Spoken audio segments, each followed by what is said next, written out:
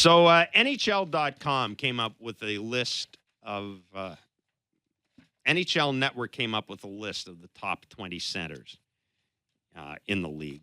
And, of course, NHL.com wrote about it. NHL Network came up with it. No Jonathan Toews. No one from the Montreal Canadiens, Jeff. Well, they don't have a center.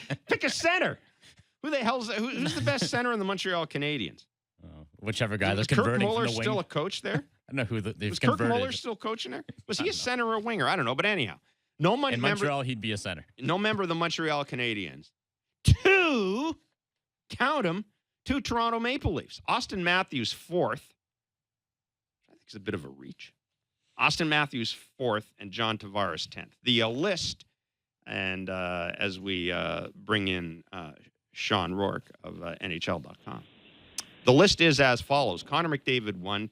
Sidney Crosby, 2. Can't argue with that. Evgeny Malkin, 3. Can't argue with that. Auston Matthews, 4. Nathan McKinnon, 5. Anze Kopitar, 6th. Mark Scheifele, 7th. I can see people in Winnipeg driving off the cliff right now. Patrice Bergeron, 8th. Tyler Seguin, 9th. John Tavares, 10th. Steven Stamkos, 11th. Evgeny Kuznetsov, 12th. Alexander Barkov, 13th. Nicholas Backstrom, 14th. Jack Eichel, 15th. Matthew Barzal, 16th. William Karlsson, 17th. Sean Couturier, 18th. Ryan Getzlaf, 19th. And a partridge in a pear tree. No, Leon Draisaitl of the Edmonton Oilers, 20th. Let's bring in Sean Rourke. Sean, thanks so much for joining Michael Tracos and myself. We're not used to this in Toronto. You've got 2 Toronto centers ranked in the top 10. There's got to be something wrong here, isn't there? Yeah, obviously, there's some sort of mind meld going on now that everything's changed in Toronto. Must be one of those Toronto things. You know, it's funny because I've been sitting here listening to you guys you sing the praises of the Red Sox for the last 10 minutes, and growing up as a New England boy, I'm not used to them having success. And the whole time I'm listening to you guys, I'm like, please stop. Don't tell anybody how good they are. I know that. That's why I'm doing it. Listen, trust me.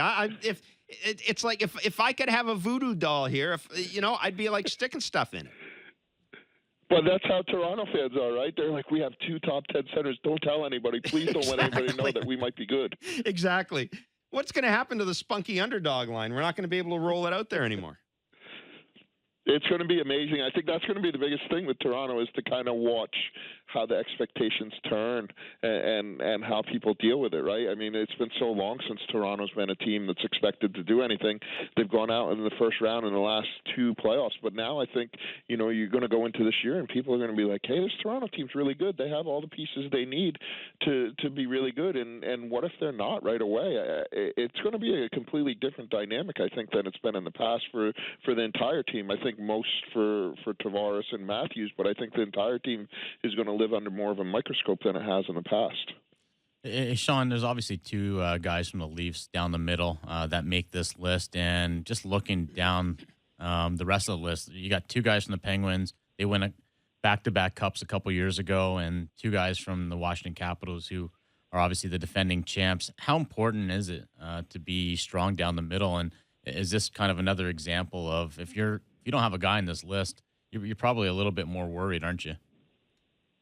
Oh, if you don't have a guy on this list, you're completely worried because you can't match up against any of the elite teams, and you can't beat them, especially in a series. I mean, that's what it comes down to.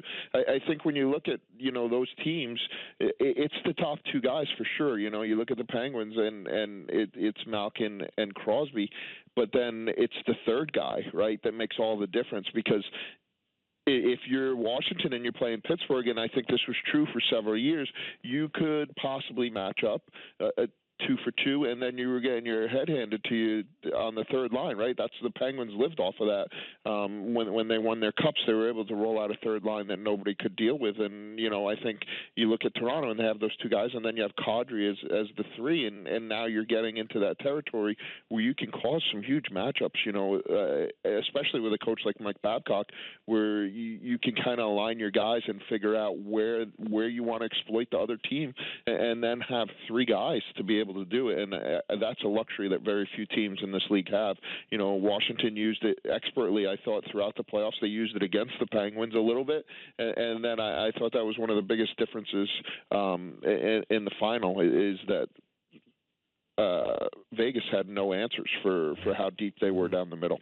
Do you think, Sean, I wonder what the reaction for what the Leafs were able to do this summer is around the league. When you mentioned they've got three really good centers now in Matthews, Tavares, and Kadri, and yet this is a team that really didn't shore up anything defensively.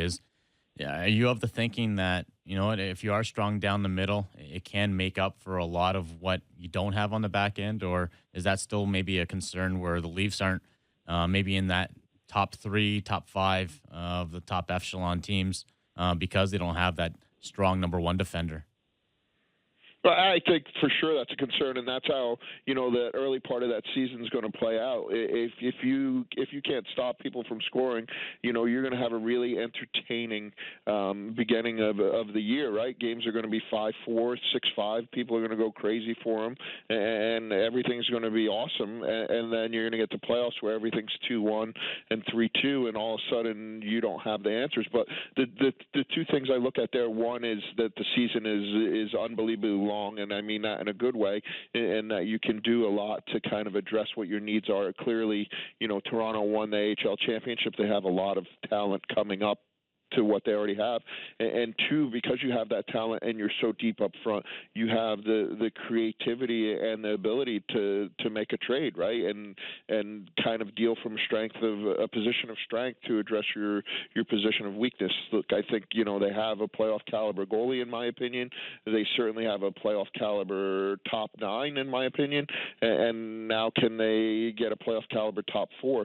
And is that going to come internally, or are they going to have to maybe weaken their pipeline a little bit, or their current top 9 to address that? And I think that is going to be the overwhelming storyline once we get into the season and things start to shake out. Who in this list do you think has, if we're going to look ahead next year, we're already looking ahead to next year, and it's not even next year, but you know what I mean. Who do you think in this list next off season might take a big step up here? On this list is going to take a big step up. Well, I think you'd have to go younger, right? And Yep. and because a lot of these guys are already established. And the first guy that jumps out at me, and I think he's too low now, is Barkov in Florida. Right. To me, he's a guy that is better than where he is on this list now. I personally, I think he's a fantastic player. Both ends of the ice, does so many things. He plays in a market where he doesn't get a lot of notice. Doesn't play with a lot of star teammates to kind of give him the gaudy stats that a lot of these centers have. But if I wanted a number 2 center on a really good team, and that's not there now, to me, he's the first guy I would go after. He's got the whole thing, right? He's got the size, he can skate, so smart, defensively aware. I can see him, clearly jumping, and I expect a big jump from Jack Eichel if he's healthy, right? I mean, in point per game last year, he's grown up a little bit. He's got a lot more talent around him this year. He's a guy that should take a big step forward as well.